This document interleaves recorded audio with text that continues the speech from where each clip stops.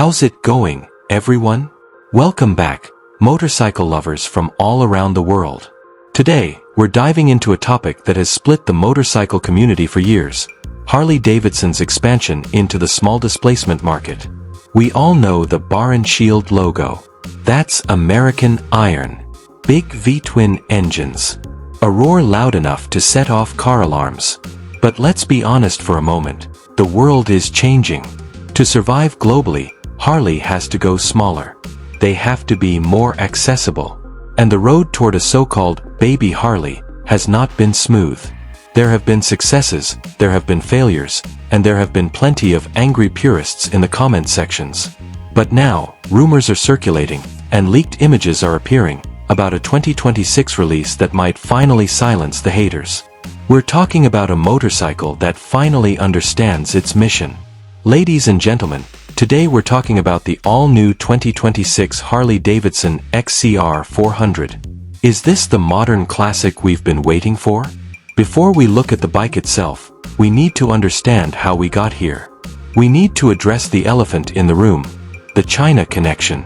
A few years ago, Harley-Davidson realized they couldn't keep selling $30,000 touring bikes to an aging demographic forever. They needed fresh blood. So they looked east, to China, and partnered with an industrial giant called QJ Motor. If you're not familiar with QJ Motor, they're a massive manufacturing force under the Geely Group. And here's the key connection: QJ Motor owns Benelli, yes, that legendary Italian brand. QJ has been building Benelli bikes for years and has successfully revived the brand. So on paper, the strategy made perfect sense. Harley brought the brand and the design language. QJ brought manufacturing muscle and small engine expertise. This was supposed to be the perfect partnership to conquer Asia and the entry-level segment. And from that partnership came the X Series, the X350 and X500. I've ridden these bikes myself. They're fine, capable engines. But let's be honest with each other. The reception from Harley's core community was lukewarm at best. Why? Because underneath the orange and black paint, the X350 and X500 were basically rebadged Benellis. They used liquid-cooled parallel twin engines straight out of the Benelli Leoncino and TNT lineup. Reliability wasn't the issue. Soul was. Fans felt these bikes were too complex. They looked like generic modern naked bikes with a round headlight slapped on. They lacked that raw, mechanical elegance. Where were the cooling fins? Where was the vibration? Where was the classic silhouette? It felt like Harley was chasing numbers, not heritage.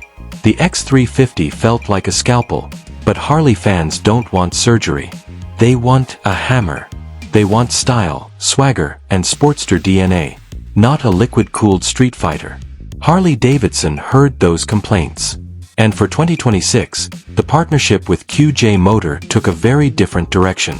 They realized that if they were going to use QJ's resources, they needed to dig into a different part of the Benelli catalog. They didn't need a high-revving liquid-cooled twin. They needed character. For the 2026 model year, sources say Harley borrowed the heart of the Benelli Imperiale 400. This is a 374 cubic centimeters, air-cooled, single-cylinder engine, simple, torquey, with real, functional cooling fins. A proper thumper. By using this platform, Harley could finally build a motorcycle that looks like it came straight out of the 1970s. And that decision gave birth to the machine we're looking at today: the 2026 Harley-Davidson XCR 400.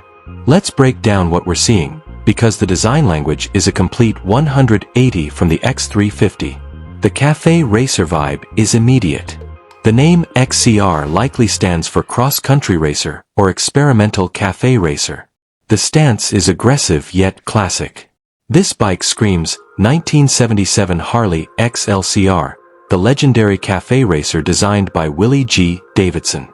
The backbone line is flat, something Harley fans absolutely love. Up front, you get a bikini fairing, or bullet cowl, seamlessly integrated with a round LED headlight. It's slim, aerodynamic, and hides the instrument cluster, giving it that outlaw racer look straight from the showroom. The turn signals are classic amber bullet units, not weird futuristic strips. Now look at the fuel tank. This isn't the bulky shape from the X500. This is a sport-style peanut tank with deep knee cutouts. Finished in glossy jet black with the classic orange bar and shield logo, it looks lean, agile, and unmistakably Harley. But look at the engine bay. This is the real game changer. No massive radiator blocking the view. Just beautiful cooling fins on a vertical single-cylinder engine. The motor fills the frame perfectly. The exhaust header sweeps out with a chrome finish. And don't let the retro look fool you. The hardware is serious. Up front, there's a chunky upside-down fork, likely around 41mm, finished in black to blend into the frame. Out back, and this is my favorite part, a rear shock with a piggyback reservoir. That gold canister pops against the black frame. It signals performance. It tells you this bike is built for carving mountain roads, not just parking outside a coffee shop. The wheels are machined silver alloy, creating a striking contrast against the all-black engine. And check out the brakes, a large single front disc with a radial mount caliper. Stopping power clearly isn't an issue. So here's the bottom line.